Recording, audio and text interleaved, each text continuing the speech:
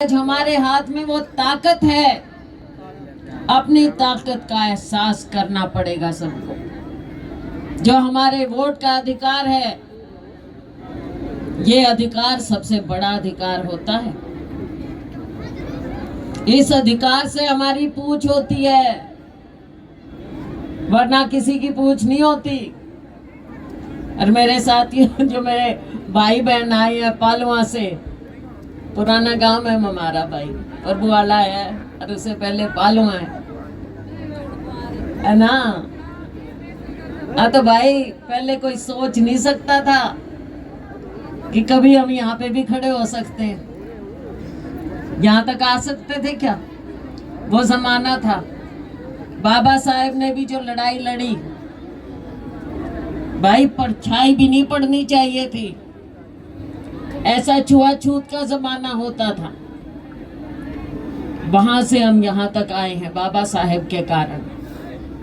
और जो हमें आरक्षण भी मिला है, उस आरक्षण से हमारे लोग ऊपर उठने के काबिल कुछ हुए। थोड़ा सा है, ये ऊंट के मुंह में जीरा है। कई बार कई लोग कह देते हैं कि इनको तो आरक्षण मिल गया और सब कुछ हो गया इनका। भाई 3 लोगों को आरक्षण मिलने से सारा समाज ऊपर नहीं उठा है और ना उठ सकता है।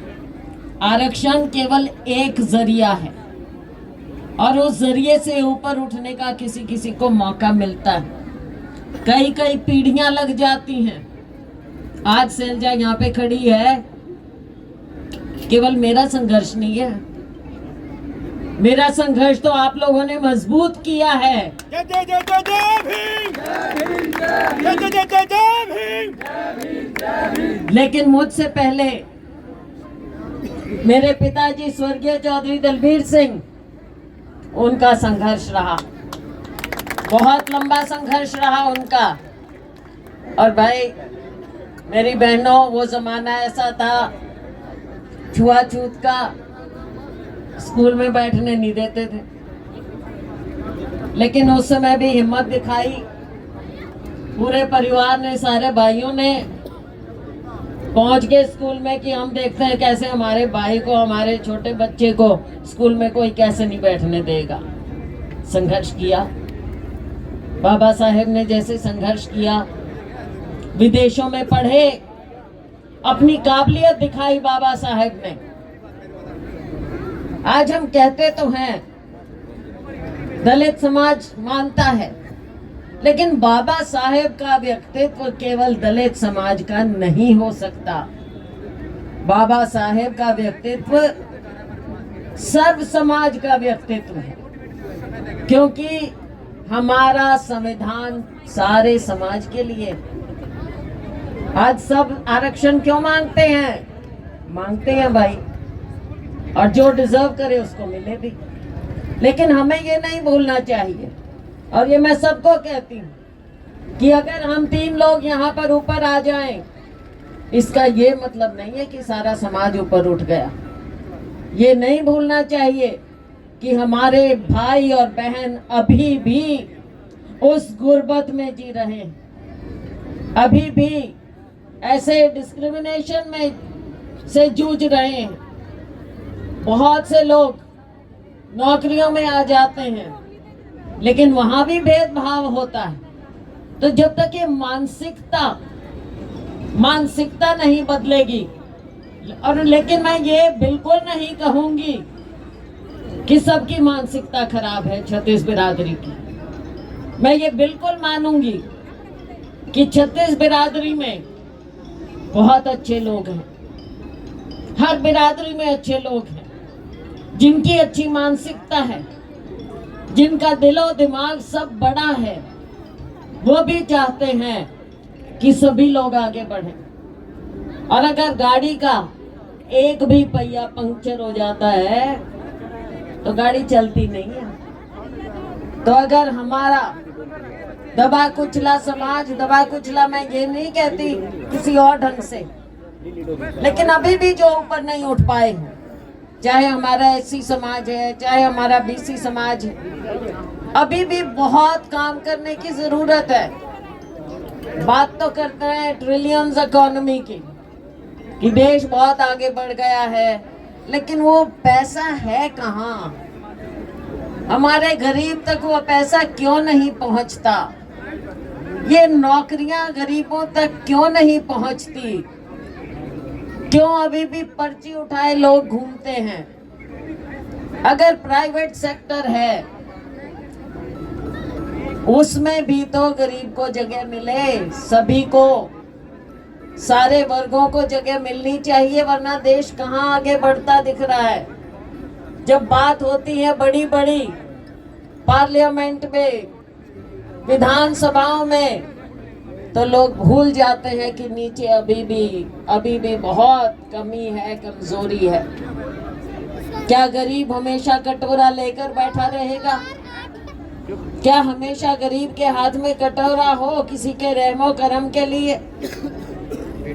अपने अधिकार का इस्तेमाल करना होगा, अपनी ताकत का इस्तेमाल करना होगा, और इस ताकत को कभी भूलना नहीं है साथी। मैं खुद व्यक्तिगत रूप से आपकी शुक्रगुजार हूँ कि आपका जितना प्यार मुझे मिला है। भाई, कई बार हम थोड़े चुप रह जाते हैं, उसको लोग कमजोरी मान लेते हैं। शैलजा चुप है तो लोग कह देते हैं इसके पल्ले क्या है? शैलजा के पल्ले क्या है? शैलजा के पल्ले ये सब है। संघर्ष अकेली शैलजा का नहीं है, संघर्ष बाबा साहेब ने किया है, शुरुआत की है। हम तो उस कड़ी का एक हिस्सा हैं। अपने समाज के लिए अगर हाथ में कलम आती है तो वो कलम किसके लिए इस्तेमाल होगी? वो कलम हमारे जो सबसे ज्यादा जरूरतमंद हैं, ये हमारे भाई बहन, गरीब वर्ग, शोषित वर्ग, ये कलम इन सब के लिए सबसे पहले। और यही तो गांधी जी ने कहा था। गांधी जी ने क्या कहा कि जब आपकी कलम चले तो सबसे पहले ये सोचो कि जो आखिरी पंक्ति में खड़ा है उसके आंसू आप कैसे पहुंचोगे। यही तो बात है, यही संदेश है। तो आइए हम सब मिलकर, हमारा संघर्ष खत्म नहीं हुआ। बाबा साहेब ने संघर्ष किया, हम यहाँ तक पहुंचे हैं, संघर्ष खत्म नहीं हुआ। और मैं आपको बता सकती हूँ, दिल में बहुत दुख आता है जब हमारे भाई बहन पढ़े लिखे हाथ में पर्चियां लेकर हमें थमाते हैं। गरीब से गरीब पर्ची थमाते हैं कि जी ये नौकरी वो नौकरी, और दिल में दर्द होता है, अपने आप को असहाय महसूस करते हैं कि जिसकी मदद करनी चाहिए वो मदद हम कर नहीं पा रहे। इसलिए अपनी ताकत हमको बढ़ानी होगी। ताकत होगी तभी लोगों का भला हो सकता है। मैं तो शुक्रगुजार हूँ, आपने ताकत दी मुझे। यहाँ पर सब जगह के लोग आए हुए हैं, लेकिन हम नरवाना में हैं। नरवाना में आप लोगों ने मुझे इतनी ताकत दी। सब कहते थे भाई नरवाना तो सबसे कमजोर है, क्या करते थे भाई, लेकिन आप लोगों ने दिखा दिया कि कमजोर नहीं है, नरवाना कमजोर नहीं है।